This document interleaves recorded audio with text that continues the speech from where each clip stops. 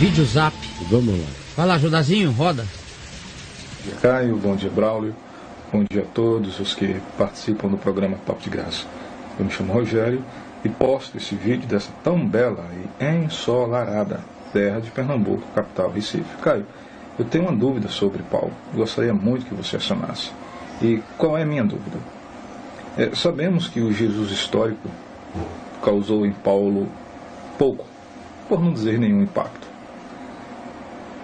Não se vê nas epístolas paulinas nenhuma referência sobre o Jesus histórico, a não ser aquela forma litúrgica da última ceia, em que ele se refere ao corpo de Cristo como sendo a unidade eucarística. Bem, por que Paulo não possuía essa fixação pelo Jesus histórico? Seria porque, do ponto de vista político do Messiado de Jesus, Jesus foi um fracasso, porque Jesus foi liquidado no Gólgota pela política opressiva de Roma.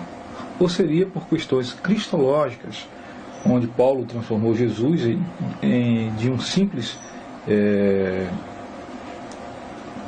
carpinteiro ou de um simples agricultor num Cristo cósmico que estaria desvinculado com todas as questões político-econômicas de Israel. Gostaria muito que você sanasse essa minha dúvida. Um beijo e a paz. Que é isso, meu filho? Quem escreveu o Evangelho de Lucas? Hein? Lucas? Ao excelentíssimo Teófilo, decidi te dar por ordem a narrativa, na sequência mais cronológica, mais lógica possível, dos fatos que entre nós se deram, depois de acurada investigação de tudo, desde a sua origem, eis aqui. Aí apresenta o Evangelho de Lucas. Quando ele começa Atos, ele prossegue, é uma continuidade, para o mesmo indivíduo, para o mesmo excelentíssimo Teófilo. Amigo de Deus é o que significa Teófilo.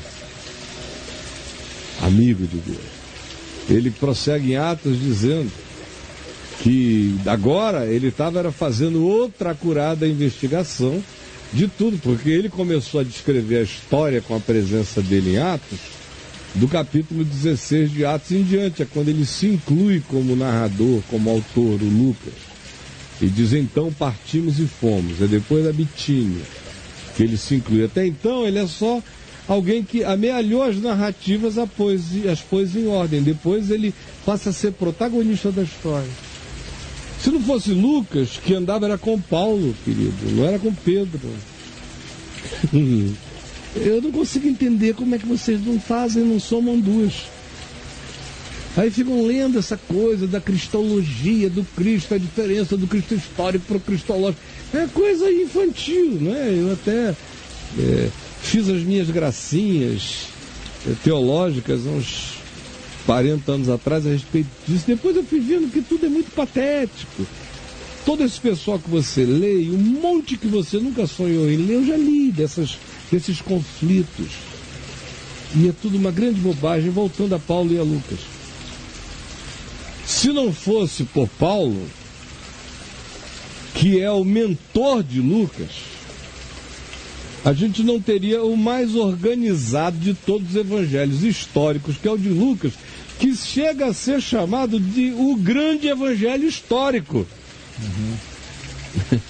O Cristo histórico do Galileu, por exemplo, extremamente amparado no segundo Galiléia, está profundamente amparado no Evangelho de Lucas. As grandes discussões da década de 70, da década de 80 eram essas. O Cristo lucano. Ora, quem é o Cristo lucano? O Cristo de Lucas. Se não o Cristo de Paulo, que era o mentor de Lucas. A gente também só tem a sequência do Atos dos Apóstolos por causa de Lucas, mentorado por Paulo.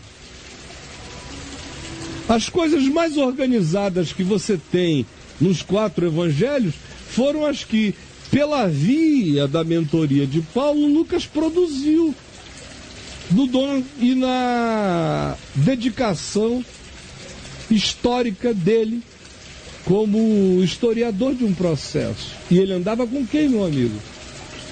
Com Paulo. Na realidade, a grande contribuição de Paulo é trazer o Jesus da história para o lugar do Jesus da história possível em mim. Onde é que tem lugar para o Jesus da história possível em mim, se não na minha existencialidade? Não foi o que Jesus disse? Em João, no capítulo 14.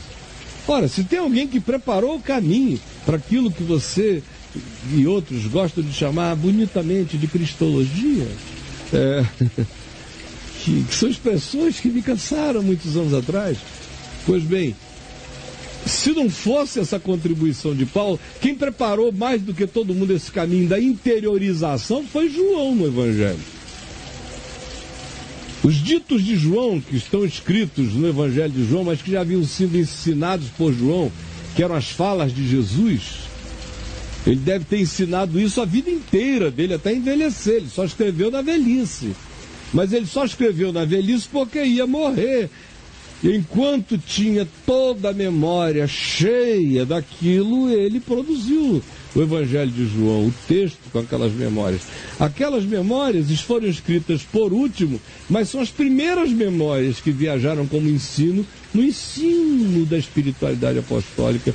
E João 14, João 15, João 16, João 17, o Consolador, são todos textos, usando a tua linguagem, de cristologia aplicada. É o Cristo aplicado à minha existencialidade.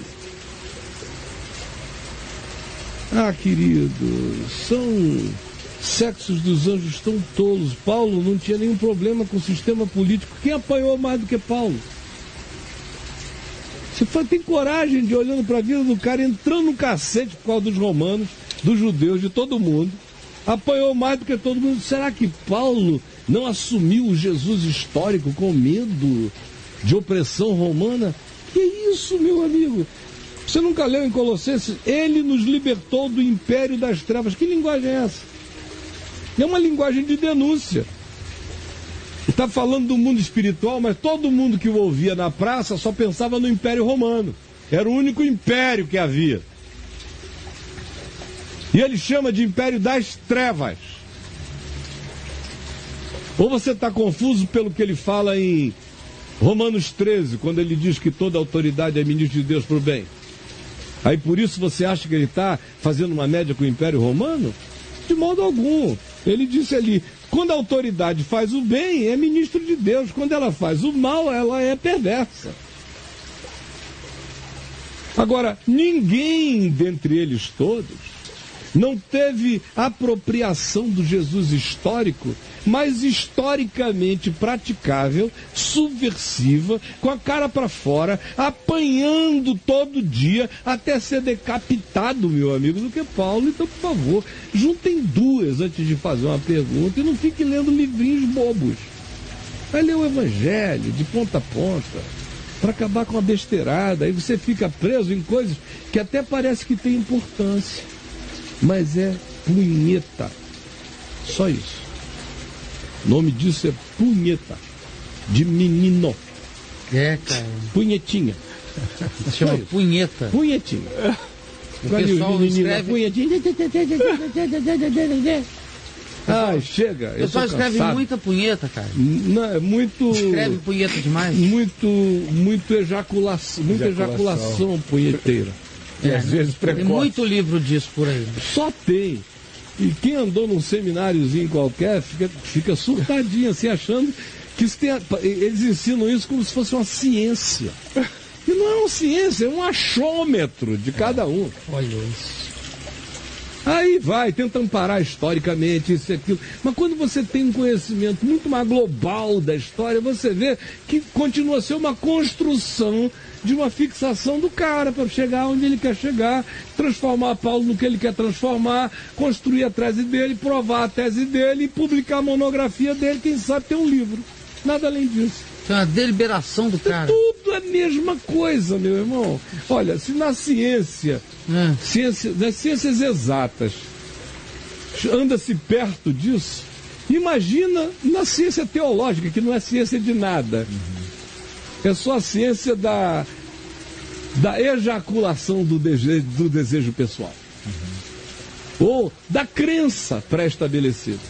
Ou da pressuposição adotada. E tudo é uma especulação terrível. É muito chato, muito. Terrível. Meu querido, não fique chateadinho comigo não, mas para com isso, rapaz. Isso aí está muito ainda no... Vai pro sertão de Pernambuco, rapaz. Abre a palavra, vai orar por gente doente, vai curar enfermos, vai pregar o evangelho. Prega o evangelho. Tá falando com um cara para quem essa idiotice já nasceu morta. Prega o evangelho inteiro, nunca vi nenhuma coisa dessas que vocês ficam tentando encontrar como pretexto para continuarem apenas tentando encontrar e nunca fazer nada, nunca viver nada, nunca passar disso. E só ficar com essa conversa assim. Não, amigo. Beijo. Vai lá no meu site, leia A Mente de Paulo, todinho. Um link chamado A Mente de Paulo. Leia tudo. Leia. Escreva também Lucas, História, Evangelho. Leia. Depois volte aqui a mim e veja se sobrou alguma coisa, tá bom? Não são tratados, não. Basta um cacete. Não precisa um tratado para derrubar idiotice. É um peteleco.